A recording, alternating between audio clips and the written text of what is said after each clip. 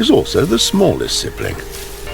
The bear mother doesn't let her little ones out of her sight.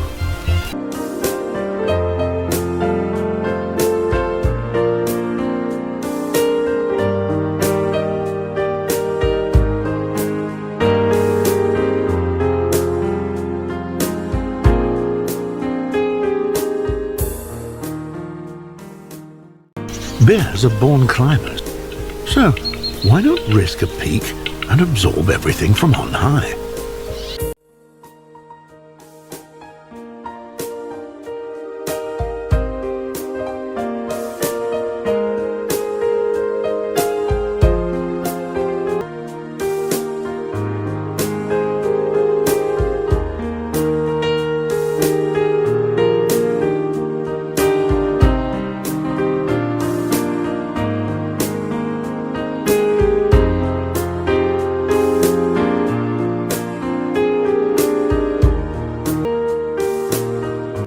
Finally, the little bear has opted to go down.